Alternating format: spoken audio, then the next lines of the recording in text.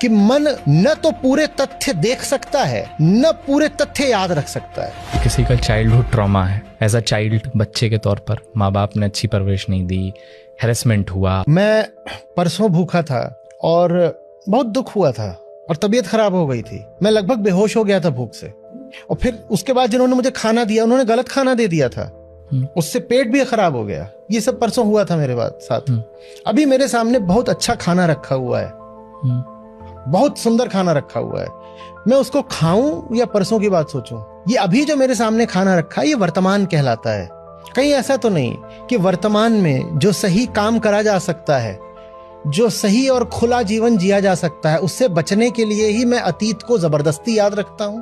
हम ये तो बोलते हैं कि अतीत में मेरे साथ ऐसा हुआ था, और देखिए सबके ही अतीत में कुछ ना कुछ गड़बड़ हुआ होता है, किसी के बहुत ज्यादा भी हुआ होता है। मैं बिल्कुल मानता हूं, मैं इस पे असंवेदनशील नहीं हो रहा हूं। लेकिन ये जो इतनी बड़ी संभावना है जो अभी प्रस्तुत है, जिसका नाम वर्तमान है, हम उसको कितना भुला दें और बस अतीत को याद रखें। और ये भी मत भूलिए कि मन न तो पूरे तथ्य देख सकता है न पूरे तथ्य याद रख सकता है। आप एक किताब पढ़ लेते हैं, उसी किताब से भी प्रश्न आ जाए, आप गलत कर देते हो। क्या आपने किताब सचमुच पूरी पढ़ी थी? पर हमें लगता है हमने पढ़ ली।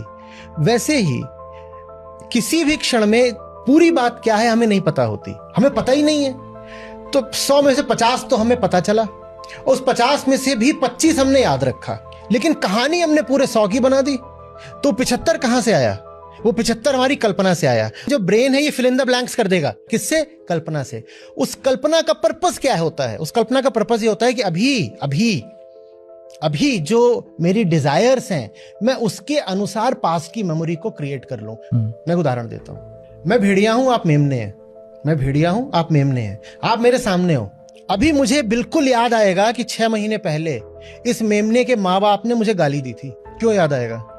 क्योंकि अभी मेरी डिजायर ये है कि उस मेमने को खा जाऊं। तो अभी की डिजायर को जस्टिफाई करने के लिए जरूरी है कि पास्ट की एक मेमोरी आर्टिफिशियली क्रिएट की जाए। डिजायर को जस्टिफाई तो करना है ना।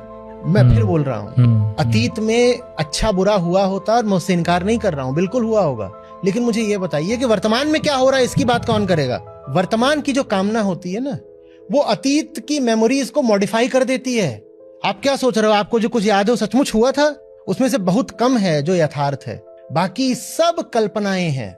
और वो कल्पनाएं क्यों की जा रही हैं? ताकि आप वर्तमान में सही जिंदगी न जियो।